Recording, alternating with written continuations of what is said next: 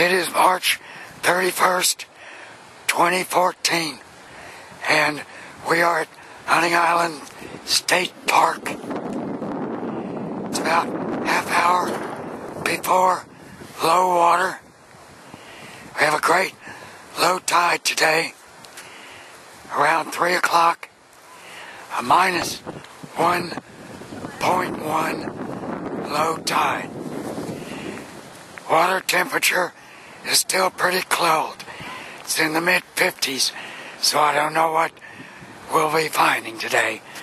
But I'm going to go check this groin area at the base of it and see what we can see. Now, this is quite surprising. As cold as it is, I never expected to find a hermit crab this early. In here is a little long-wristed hermit crab.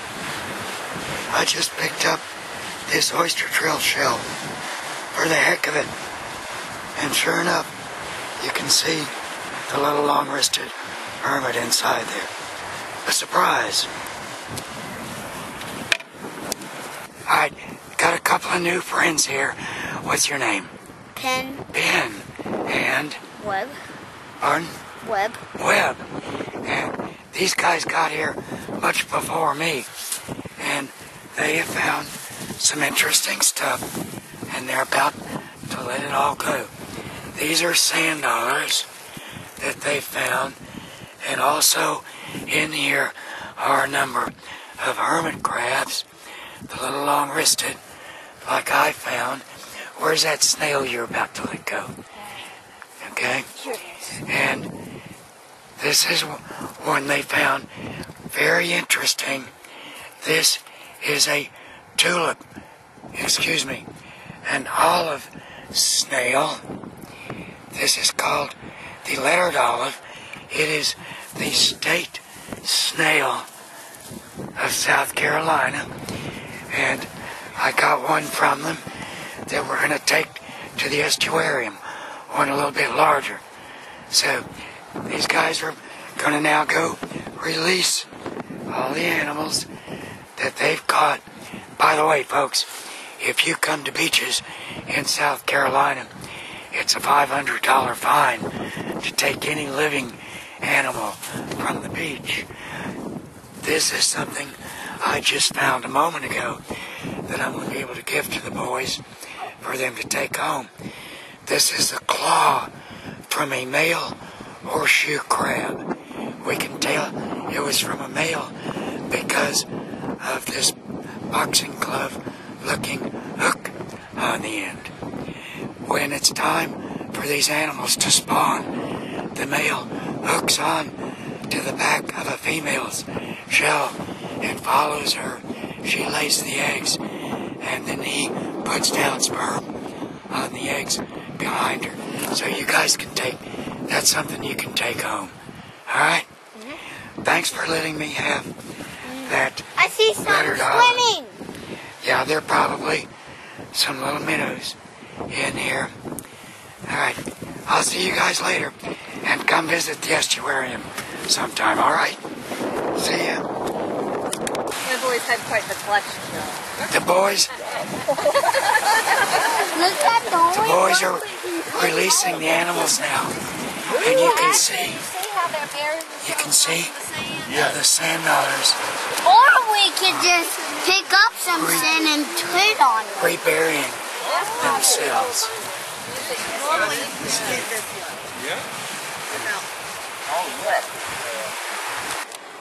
We're at the groin now, and this is an anemone.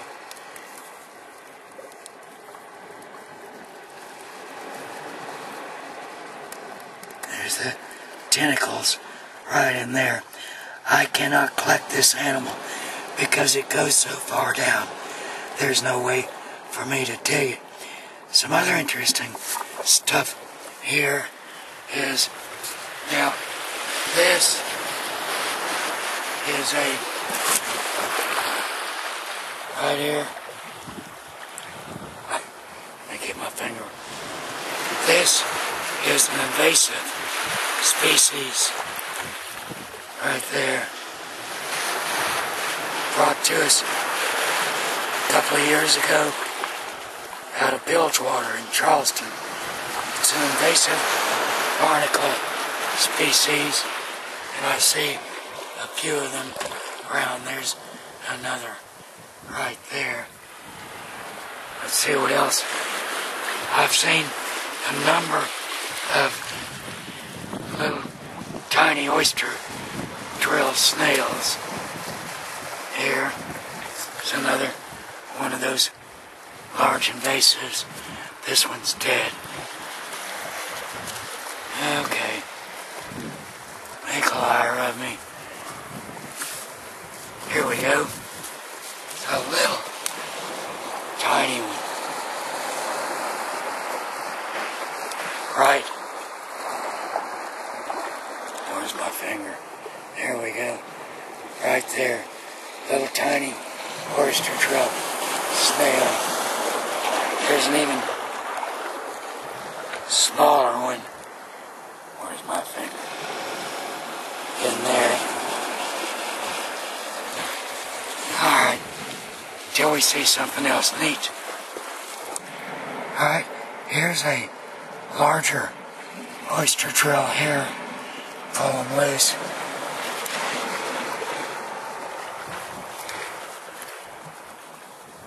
They're called oyster drills because they drill holes in small oysters, insert a proboscis, and eat the oyster out of its shell. We'll just leave it here.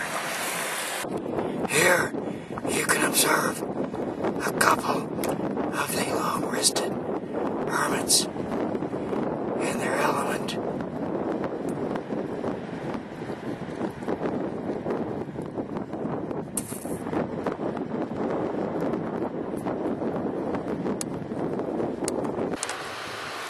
Here we have another anemone. If you didn't know what you were looking at, you could easily just assume this was part of the larger rock. Some very small ribbed mussels here. Here's another anemone. You can just barely see its tentacles.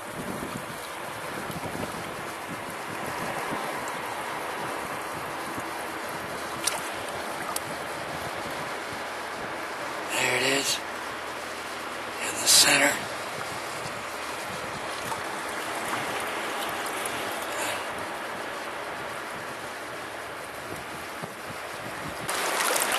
Now the tide is coming in now. I saw a little crab, a true crab, just a second ago. See if these waves go out where I can pick him up.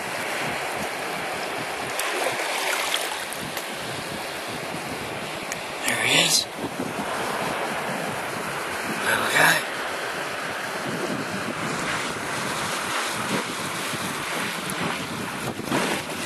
One of the little mud crabs. What are you, male or female? It's a little female. You can see how the plate on the bottom goes all the way across from leg joints to leg joints on the bottom. That's a little female. Let her go. Well, the tide never did go out to the end of the groin today. We need a minus 1.5 or more tide for that. The tide is now incoming. I really like those extra minus tides. There's some really neat stuff that can be found at the end of the groin, but not today. This is another live lettered olive. It's really strange. Today, it's the first day I've ever seen lettered islands on the beach in all the years I've been coming to the beach. I'll throw this guy out into the surf now. Here we see another sand dollar on the beach. This is not one of the ones the boys released, but it's a good time to show you how you tell a live sand dollar from a dead one on the beach. First of all, the live sand dollar will be purple. Let me rinse it off here. Get some more water. Come on, Wade. Rinse this off. And what you want to observe is they have literally hundreds, if not thousands, of little legs on the bottom. And what you will observe is those little tiny legs waving back at you.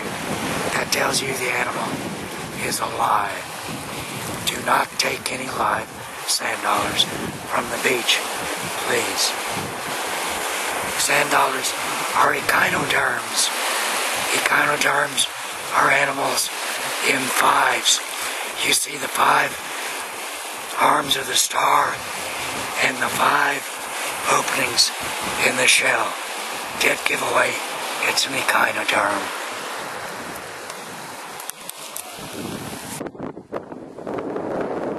Now this is an arc shell. Rather common find here. What's interesting is the hole. That means this clam was eaten by a moon snail. Another common name for the animal is shark's eye snail. So when you find these on the beach, it was preyed upon by a moon snail. This is a moon snail shell, currently inhabited by a long-wristed. We're back at the estuarium now. The battery on the video recorder ran out right at the end of shooting the moon snail. Now here, in a bucket of sand that I brought with me, is the lettered olive. I'm going to be setting up a tank for the lettered olive, and I also brought back the one sand dollar who is somewhere down in the sand. I had to bring the sand because it contains the nutrients that the sand dollar will need. What I don't know is if I'm going to be able to keep the lettered olive. Lettered olives feed on coquina clams, which it's not practical for me to try to maintain, and also small crustaceans. I'm hoping I'll be able to train this animal to eat grass shrimp. We'll see. It'll be an ongoing experiment. So that's it for now. We'll see what happens as time goes on.